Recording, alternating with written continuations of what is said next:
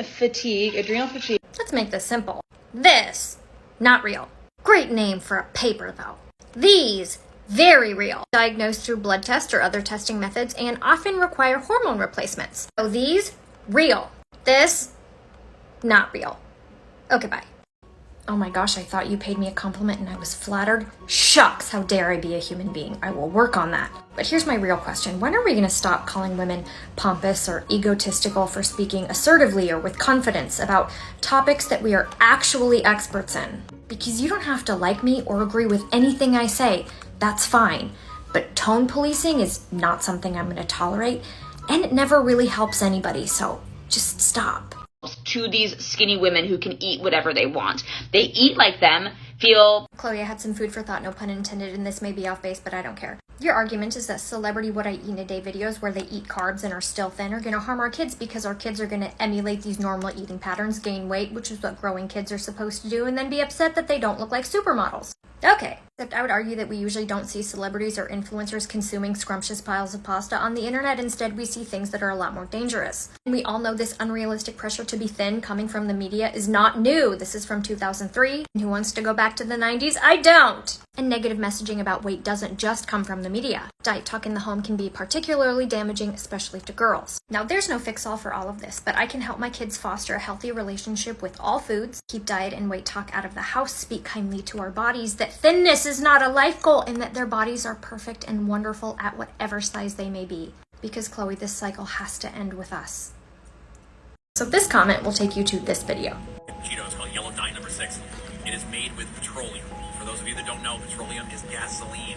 It is a carcinogen and it causes cancer. Stop eating Cheetos and visit supereasyketofatloss.com. I don't know about you, but that segue from Yellow 6 and petroleum to super easy keto fat loss was kind of bizarre. Before we discuss the obvious that Yellow 6 doesn't cause cancer in people, let alone rodents, this is a good reminder that the barrier of entry into social media is very low. So basically someone can jump on here and say, because I lost weight and was successful, this makes me an expert. And from there, they can attract attention, grow a platform, regardless of their credentials, education, or experience. And aside from the fact that the information they're giving you is probably not reliable or scientifically accurate, because that's a large number, many of these people also don't have any regulatory or governing bodies overseeing their behavior, so they don't have any ethical standards that they must comply with.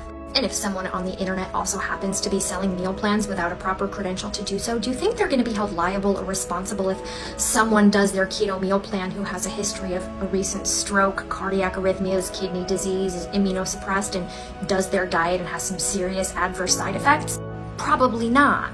You're right, I digress. Let's get back to the task at hand. This is Diet Orange Soda, and I haven't had orange soda in decades, and this is delicious. It reminds me of my childhood. And this has like Yellow 6 and Red 40 in it, so it is just a powerhouse of artificial dye. Yum! Rodent toxicity studies with Yellow 6? That was a nope. And we also have this giant blurb about Yellow 6 written by the Center for Science in the Public Interest, which they're not always science-based, so is that really in the public interest? But all we learned here is that this study was thrown out because it was a poor study and that there still was no evidence of cancer. So in summary, if someone makes a claim that this substance causes this illness, make them prove it. And never follow a meal plan from someone who is not a medical professional and who does not know you, your medical history, what medications you are on, and is not tailored specifically to your needs. Okay, bye. This is a stitch. Let's talk about the Dirty Dozen while I eat my very conventional non-organic strawberries.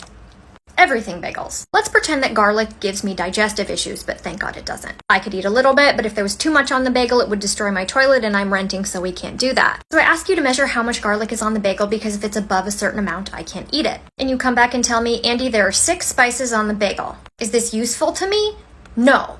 But this is exactly what the Dirty Dozen does. What they do is they count each individual pesticide that is present on a produce item, aka each spice, and then they give you that number. It may scare consumers because that number may sound high. But the most important information that they don't tell you is how much, the dosage. Is there enough of that pesticide to cause you harm? And the answer is no. For example, number 1 on the list is strawberries. And even with the highest pesticide residue ever recorded, you could still eat 450 servings of strawberries without a problem. So buy whatever type of produce you like, just don't let the Dirty Dozen list be a factor in your decision. This is a stitch. Chicken breast. One. Okay, how many ingredients in? I just have a question. When are we going to stop thinking that this is a productive way to teach our children about nutrition? Okay, bye. So when's the last time you noticed a short and fat... What in the sexist, fatphobic, giant squished cockroach that I just scraped off my living room floor kind of nonsense is this? And why do you have to bring short people into this? What did we ever do to you except for me making this video about you? But you kind of earned that, friend. And instead of talking about posterior pelvic tilts or medical monopolies or whatever epidemic you think is happening, how about we talk about an epidemic I think is happening? Which is non-medical professionals jumping on the internet and buying a random credential like a $7,500 PhD and then thinking that that gives them the right to give people medical advice. How about we talk about that? Okay, bye. There are good comments and there are great comments, and this, my friend, is a great comment. Also, do you hear the bugs in the background? Oh my goodness. And this comment is in reference to that awful video by that faux doctor. Well, that turned my clitoris into a clitorisn't. Nah. So thank you for this comment. It is top tier. So me and my husband are going out tonight. We're going to a concert. We're going to go see Jelly Roll. My husband is a huge fan. And don't get me wrong, I think Jelly Roll is super talented. I am just more interested in his super fucking hot wife. Okay, so fingers crossed that Bunny is there so I can breathe the same air as her. I am not gay, but she definitely made me question it. Okay, she's in one of my top 5 lady crushes. So yeah, I just want to fucking set eyes on her. Anyways, this is what I'm wearing. A tank top, pants. But I did my hair and I did my makeup for the first time in months. And also, look at my earrings. Do you see them? Do you see them? Chastity Price made them for me. I'll tag her in it. I think they're super cute. She made me a whole bunch of goodies and I am wearing these because they are beautiful. Do I need to add anything? Do I need to change anything? You have to tell me now, okay? This is the fit. You've got like 20 minutes to let me know if I need to do something differently. And don't say shit about my makeup. I'm rusty, okay? I love you guys. I'm gonna have fun. If you see me there, you say hi, bitches, okay? I love you all so hard. Okay.